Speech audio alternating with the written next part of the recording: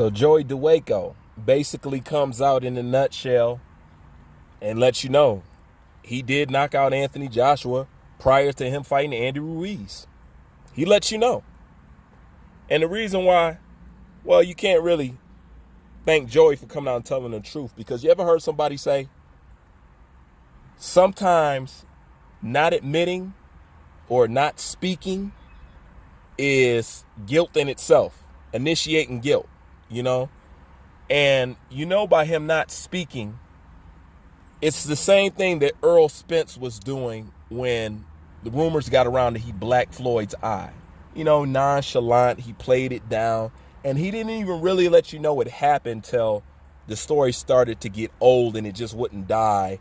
Then after a while, he like, yeah, you know, I gave Floyd some work. You know what I'm saying? Well, that's the same thing DeWaco just did, you know? So basically, in a nutshell, he's saying it without basically catching any legal problems.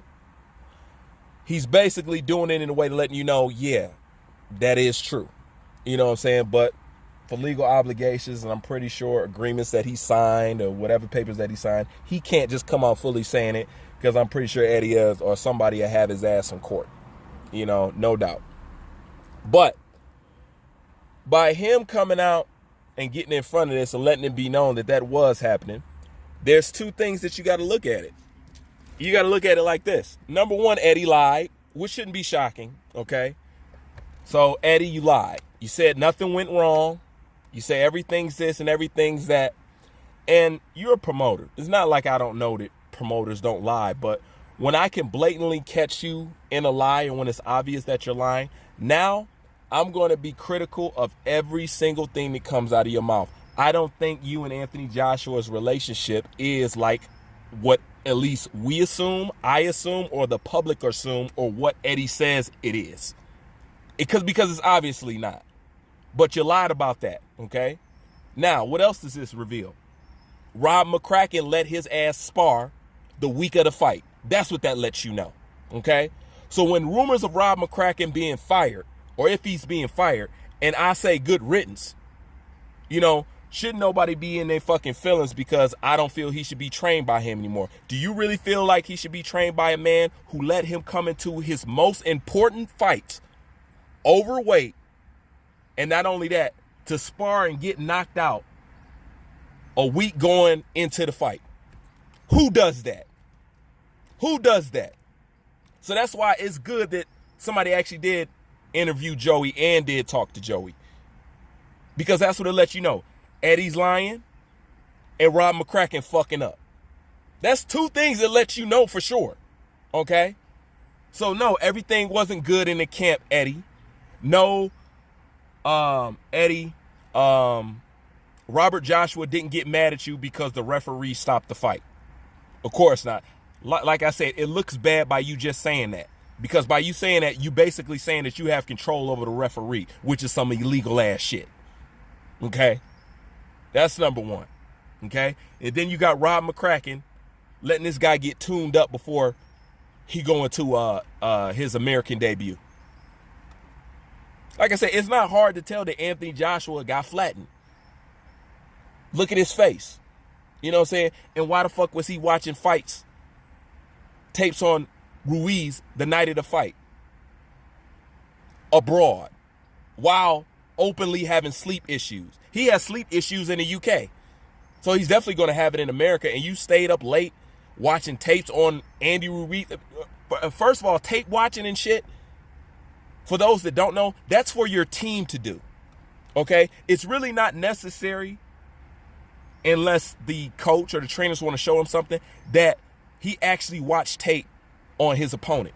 Your team is supposed to do that, and then they strategize a plan and what you need to work on around that. So the fighter's not even really technically supposed to be watching fights. He doesn't really have to at all, unless he just chooses to. But that's what your team does.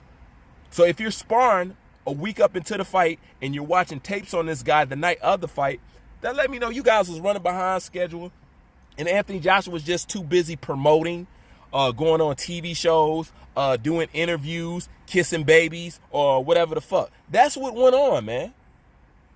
That's what went on. And training got kicked to the back. Yes, that's what happened. So by them doing this article right here, that lets you know that Rob McCracken ain't shit and Eddie Hearn is full of shit. Now, Eddie's still my man. Don't get me wrong. He's a promoter. They gon' lie. They gon' lie. But, bruh, man, don't play me for stupid, okay? When I know something is something, don't stand in front of me and still tell a lie with a smile on your face. I can't stand that shit, man. You didn't protect your prime asset, Eddie. And now you want him to go fight in the UK and make him look like a bitch, Eddie. Okay? That's your fault. You didn't protect him. Rob McCracken didn't protect him. That's what Robert Joshua is talking about. Having people around him who care about him. Because let me tell you something. I don't care if I was Anthony Joshua's towel boy. All right? I would not let him go into that fight anything less than what I know him for. I don't give a fuck if he fired my ass. I pull him to the side and say, look, man, I've been with you a while. I know it ain't my place, but I gotta say something because I can't let you go out like that. Champ, you don't look ready. You don't look nowhere near ready. You know what I'm saying? You ain't been training. You ain't been in the best of shape, man. I'm just keeping it real. I know these is your team and these are your professionals and you paid them a whole lot of money. But if you need to pay them a whole lot of money to have somebody tell you something as simply as this right here, maybe they need to get paid what I'm getting paid. And I need to make what they make. You know, straight up.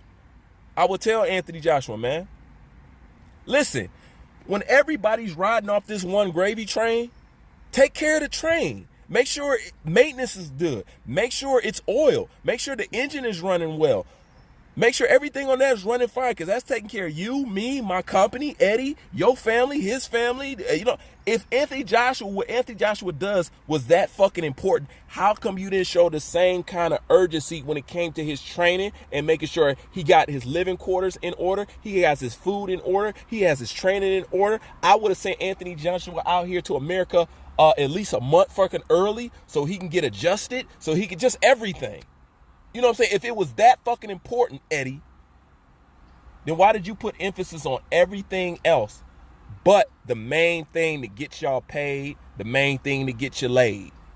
Okay? You didn't take care of that. And now you want him to go fight back in the UK, but that's your boss. I already did a video on that, so ain't no point in me talking about it.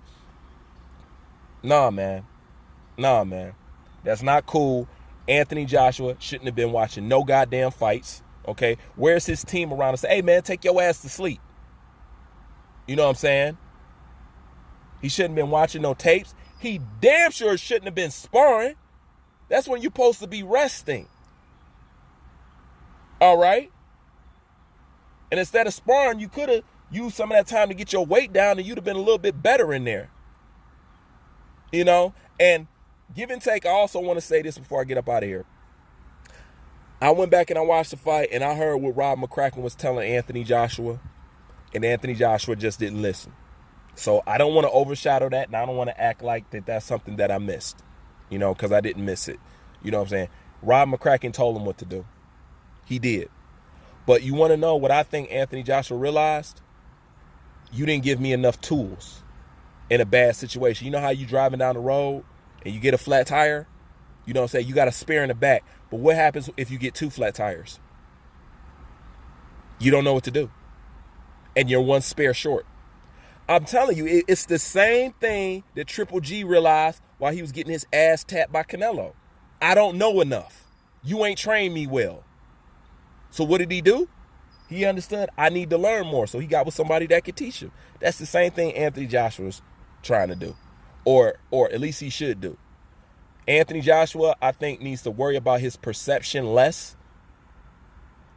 and just do what he needs to do is going to make him a good fighter. I now understand why Anthony Joshua never responds like I would like him to respond. Number one, he's a Brit and I'm a Yank.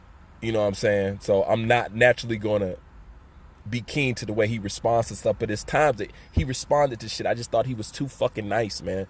And that's another video that I'm gonna do next, and it's called, I don't know what it's called, but this is the premises. Anthony Joshua could have got that fight made if he really applied himself.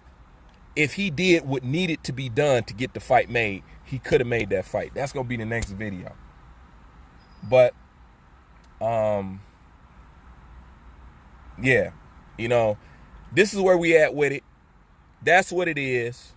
I'll leave the interview so you guys can read it. And Joey DeWaco also says in the interview that, with sparring these guys, he learned that he's on their level and some, and that there's no heavyweight in the division that has his skill set.